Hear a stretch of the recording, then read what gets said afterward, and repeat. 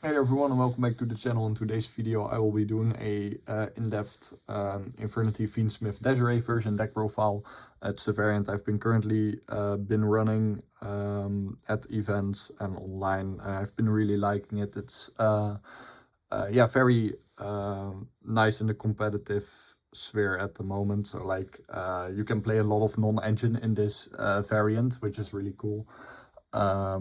Which is something I've been currently experimenting lots with, because yeah, having non-engine is just required in modern Yu-Gi-Oh! So yeah, we also of course have to adapt to that, and this variant can play quite some non-engine for Infernity wise, of course, which is really nice. But yeah, this is the variant I've been currently running, and I've been really liking it so far. We won last week's locals with this, for example, and it has also been going nice outside of locals at other events, of course, and online, of course, testing this, and I've been, yeah, really liking it, like I said. So yeah, let's just get into the deck profile. Of course, shout out to the Infernity Discord. Be sure to join in the link down into the description like usual, and let's just get it started with. For main deck, 2 Infernity Archfiend instead of 3. I only really like 3 Archfiend in variants that play Stygian Street Patrol, so if you really want to play 3 Archfiend, I really recommend to play the Cherubini version, which is also really fun. This is more for like this variant I really recommend for like higher tier events. It's very like sad. It's more competitive than other variants, which I've been really liking. But yeah, if you want to run a more like more Infernity variant, this of course also being Infernity, but a bit more with, for example, with Stygian and stuff, I really recommend to check out the Cherubini variant, which I've done also a deck profile on. But yeah, 2 Archfiend for this variant, because we're not playing Stygian and stuff, necessary bricks for this variant. So opening Archfiend is not the most optimal. I still, there's even an argument that you can run it at 1, but I really like to run it at 2 always. Like Archfiend Search Archfiend still comes up from time to time. Yeah, actually every match, and then you can still end on 3 Infernity names, being of course 2 Archfiend, 1 Necromancer, because versus Super Poly that's very nice, and versus yeah, to keep your barriers live, of course.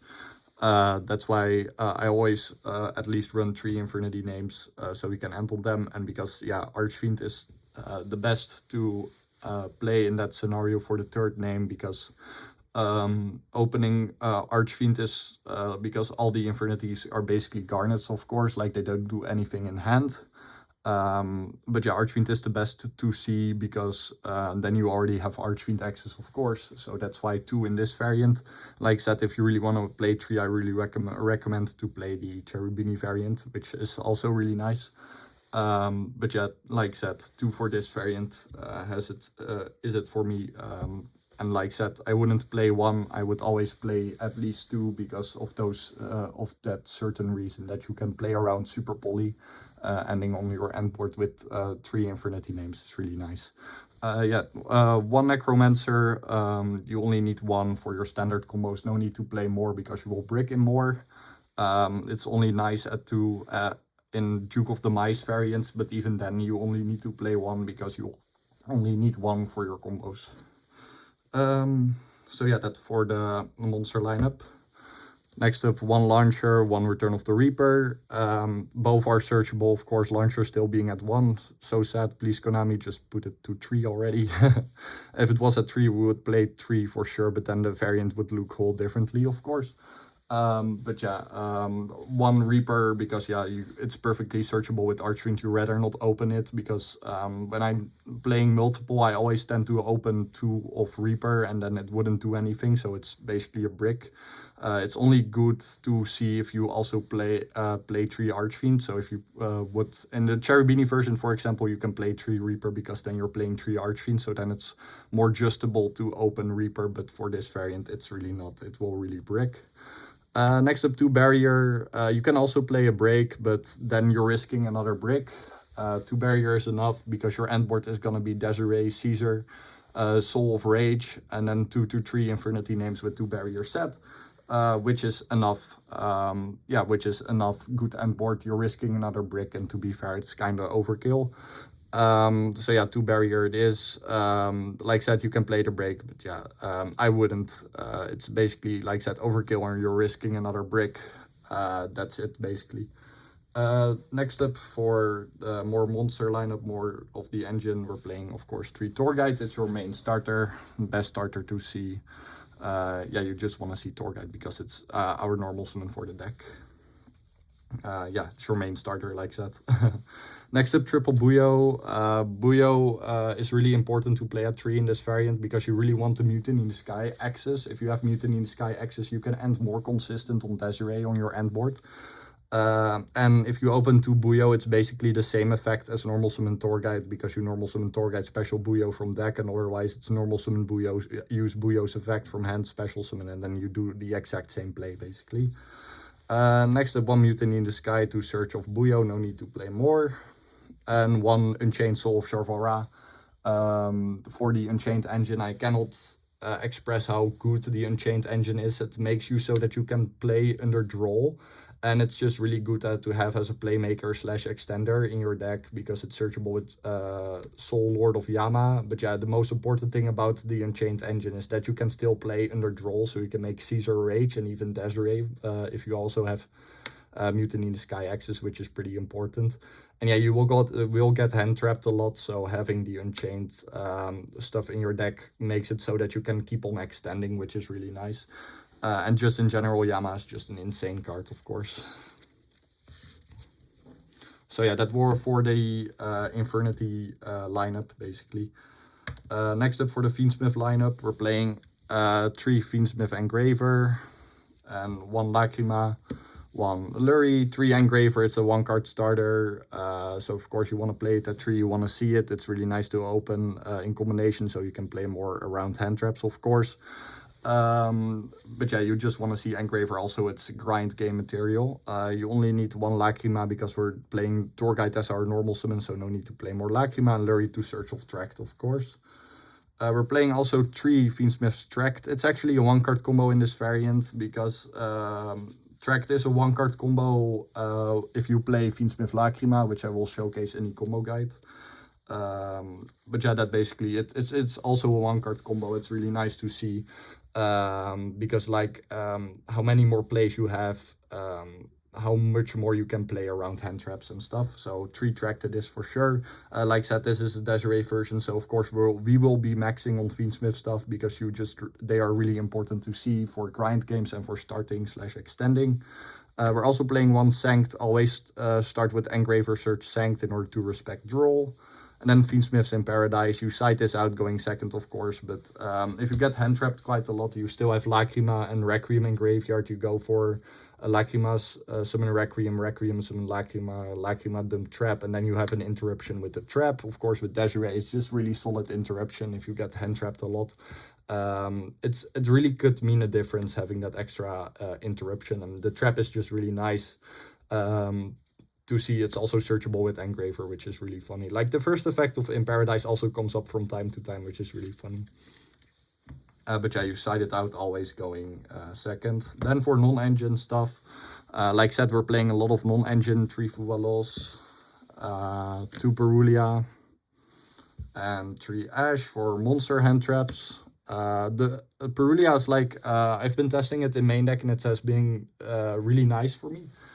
You just, of course, shotgun this in draw phase, and you will see how many draws you will get. Against certain decks like K9 and Radiant Typhoon, this card is insane. So we're also siding 1 more in the side deck for those specific matchups. But yeah, the Charmies you can just discard with their own effect.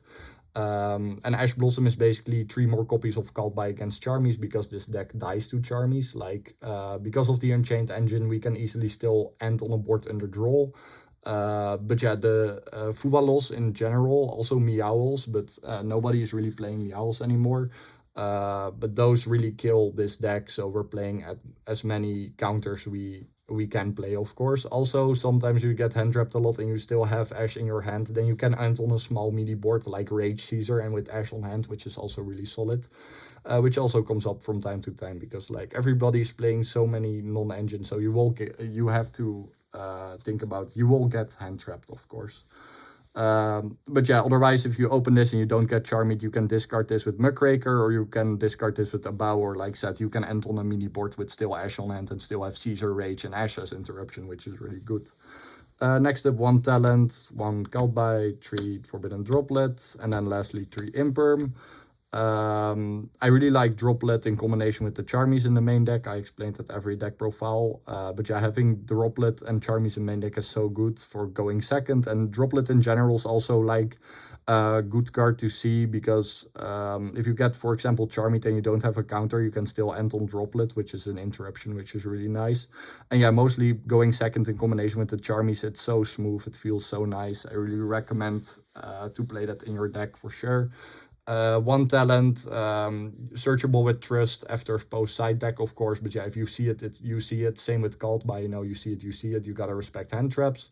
And then 3 Imperm. You can. I was first testing with more monster hand traps, but I really like to play the Imperm instead because, you know, still as monster hand traps, I find Ash enough, and post siding also draw is enough. For monster hand traps and Imperm, of course, we can set. And also it's basically like a small board breaker, of course. Like you can use it when you go second and then just negate the card your opponent controls, of course. But yeah, this for non-engine, we're playing quite some non-engine like set, which is really smooth. The deck is really consistent, by the way. This is 60 non-engine, by the way, in 41 cards, which is really, really solid, especially for Infernity. But yeah, the deck is very consistent. I've been, like I said, doing really nice with this, and I will also do a combo guide and of course test hands, because test hands show you like how to, like, for example, how do you get Ash Riddle out of the hand, for example, or just play around certain hand traps, which is really important. So let me know if you all would like that. Like I said, if you all want to play like a more heavily Infernity package, this is good enough of an Infernity package, but then I would recommend the Cherry Beanie variant, which is also really solid. But yeah, this is much more competitive, and for like higher tier events, it's very nice. Next up, for the extra deck, for the Fiendsmith stuff, we're playing Desirae, Aerial Eater, Lacrima, Wave Hiking Caesar, Agnum Day, Sequence, Reprodocus, and Requiem. As your mandatory Fiendsmith cards for this variant, because we're playing Desirae like that, then of course we are gonna play Desirae. Like, you can end this with on your end board, of course, or you go with the traps and the Desirae. Also, I really love the Desirae Agnum Day OTK. It's so smooth, so solid. It makes playing going second so much more better. Like, and Desirae is pretty big of a threat on the board. Especially in combination with Agnum Day, and then also equipped with Sequence and hell, even Requiem. You can easily OTK, also doing piercing battle damage is so good. And in general, Desirae is just a really good piece of cardboard. Aerial Eater, of course, to make Fiendsmith bridge into Infernity. 1 Lacrima, like said, it makes track the 1-card combo, and we're playing a heavily Fiendsmith variant, so having Lacrima is just really good. To have in general. It comes up quite a lot, and yeah, it's most important here for the tracked 1-card combo, but even though so, it's still just really good to have as an utility option. A Necroquip is also a pretty nice card, but this extra deck is really tight. I will explain on the way, of course, but I never had really situations where it was like, damn, if I had Necroquip right now.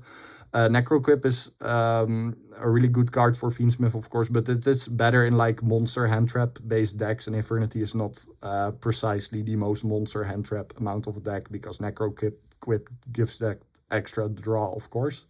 Then Caesar for your end board, and you gotta respect Nibiru. Caesar is broken. 1 Agnum Day, like set for the OTK, you just gotta have it, and for the rest, just a generic link basically with any Light Fiend. Sequence to go into Aerial Eater, of course, or in Lacrima or in Desirae. Reprodocus as your main Fiendsmith bridge. You can also use Jin, but I rather use Reprodocus. It's still as smooth. And basically we're already playing a big a big Fiendsmith engine, so you don't really need the Djinn to bridge, because most of the times you will see Fiendsmith and otherwise you bridge into it with Reprodocus, which is a generic link too. And of course one Requiem, and I don't really have to explain the Requiem. Next up, for the Unchained package, Yama, Rage, and then of course SP. SP to make with Rage, and otherwise SP just good going second card. Or just already a good card to end on, of course. But yeah, Yama, Rage, really important for the deck. They are mandatory for sure. The Unchained package, like I can keep on expressing how good they are, but they really are mandatory. Because you can still make a board under draw. Which is really important, because you can dump Sharvara with Aerial Ether, and Yama can also add from graveyard, which is the important line there. Also in general, Yama is really good of a resource card. You don't always have to trigger Yama, but keep it in the graveyard. If a card you control dies, you can revive a Fiend from graveyard or hand, which is really important. For example, if they magically out your Infernity names, you can go for Yama effect in graveyard and just revive the Infernity name back. And Rage, of course, to be on your end board basically. And it's other effect if it destroyed, and then it can re-add a Fiend from graveyard, is also really good for resource, but you will end with it on your end board for sure. Then for the last couple of cards, one Luce, one Abao, one Muckraker, and one Crosssheep. Luce for the Mutiny Sky engine, it's basically your only flex spot. The rest of the is pretty like said, this deck is really tight, but Luce is also kind of important / mandatory. It makes it so that you can play really easy going second. Just having that Luce is really good. It can also be against certain decks. For example, the Fallen of the Virtuous is a really annoying card, and then you can just pass with the mini board, pass with Luce and Caesar. Caesar in the other zone, so that's protected from Fallen and the Virtuous, which is really important, and comes up quite a lot because Fallen and the Virtuous is in like almost every deck at the moment that can play it. But yeah, mostly just going second card, and versus decks that play during your turn, like K9, you can make this, and then it's an extra Fiend dump, and it's also, like said, really nice on certain end boards against certain decks. One Abao, it's mostly just here because it smoothly access Necromancer, so when you summon Archfiend with the Tour Guide line, because then you already use your normal summon, and then you eventually get to the point you summon Archfiend, you have a link to on board and an extra body, you link it to Abao. Abao effect, discard Necromancer, and then non-target special summon a Necromancer back, so that's what Abao is here for. For the rest, also nice for going second, and even ending with it on your end board. Can be really nice because, like I said, she is really good in the following turn. Of course, we don't have to end with a card on hand in order to use Abao's effect, because then you directly lose from Lightning Storm or whatever. So never do that. But yeah, Abao is just really... Yeah, it's just basically there for the Necromancer access, and it's a Fiend. It's basically Fiend Saryuja. You can make it under Muckraker. Speaking of Muckraker, of course, you're playing Muckraker. This extra deck mostly plays Fiends, except for SP, Reprodocus, and Crosssheep. But at the point you make this, you will probably already have used those cards, and SP you make with Unchained Soul of Rage, of course. But yeah, Muckraker is a really important extender / playmaker, because you get hand trapped quite a lot and you can still like go for combo, because like I said, the extra deck is all Fiends except for those just mentioned cards, and you can end on a really strong Fiend end board. We're basically just using a Fiend Link extra deck, of course. Then we're on Crosssheep. It makes Engraver a one-card combo, and just in general, also the tracked one-card combo works because of Crosssheep. Like, Crosssheep makes a lot of one-card combos live. Just in general, good extender. We're playing a lot of fusion, so Crosssheep will almost always be live. Then for side deck, one Underworld Goddess as an extra deck card in the side deck. This card has come in clutch. Like I always cite this in going second because nobody expects it. It's really funny. But also because she's just a really good card. I cut the Rage for it because Rage you're not really gonna make going second. Because it's like basically the hardest extra deck card to make basically. And you're going for SP most of the times just during your going second combo. But yeah, Underworld Goddess has been really nice just to link off an annoying opponent's monster. Also against an affected decks, for example Luna Light, it's really good. But it's not because why that it's here, but it also makes OTKing way easier. When you summon her, you can negate all monsters your opponent controls. You can just easily go for Fiendsmith OTK with Desirae. And of course it's a light fiend, so if you link it off, you can keep on reshuffling back into the deck, so you can, in grind games, you can keep on making Underworld Goddess. This card really has come in clutch for the side deck. Next up, the last Perulia against decks like Radiant Typhoon K9. This is the best Charmy to have. So just having that extra one in the side deck is really good, because you will use it for sure, because against, like said, certain decks, this card is really kill. It really kills. And then lastly, for the monster lineup for the side deck, we're playing 2 Droll. We're also playing Crossout in this variant, so it's also a Crossout target. But also because Droll just shuts off a lot of decks in the current meta at the moment, so just having it is really good for going second. And if you go first, you side 1 in with Crossout. Next up, for the spell lineup, that's the biggest lineup for the side deck, like usual. We're playing 3 Trust, double Dark Ruler no more, double Lightning Storm, 1 Duster and 1 Crossout. Trust almost searches everything in your deck, like it can search Tracked as Playmaker, and otherwise it will search for board breakers, or it will search for talent going first. Or it can even set Imperm, and we're playing, of course, 2 more Trust targets in the deck as traps. Trust is a really important side deck card for Infernity, always has been. It's just so good for going first and going second. 2 Dark Ruler, not 3, because it's searchable of Trust, basically. Dark Ruler has been going pretty well right now. Like a lot of decks make just a huge monster board and you go for Dark Ruler. Sure, you cannot OTK you cannot OTK under Dark Ruler, but you can still set up a really big board. Against decks like Branded that have a lot of like resource / grind game, I don't side in Dark Ruler and just prey on the droplet, because like if Branded survives a turn, it will get so many more card advantage. It's crazy.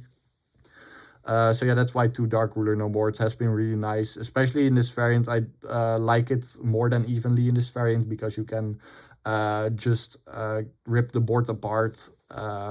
Yeah, during the battle phase, really important with this variant, which is really good.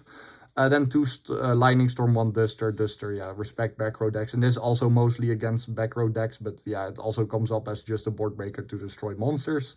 Then the Crossout, your Crossout targets are Droll, Ash, Fua, Fua and Perulia are the most important ones, and Droll. Imperm as Crossout target, which is really nice. Just side this always in going first, never really side this in going second, except if against specific matchups, but you will side this in going first in order to have another Charmy out, or if they don't have Charmy, it can be a Droll out, but like I said, you can still combo in their Droll.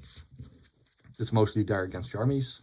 Then lastly, for the 2 last side deck cards, Trust targets, DDG is really good, for example, against decks that really rely on the graveyard, really good against Draco Tail in general, and this is really good against the K9 decks or Radiant Typhoon, which I've been currently experimenting, or in general, Link decks and graveyard decks, and those are the most played type of decks, of course. So these Trust targets are really fine, really nice.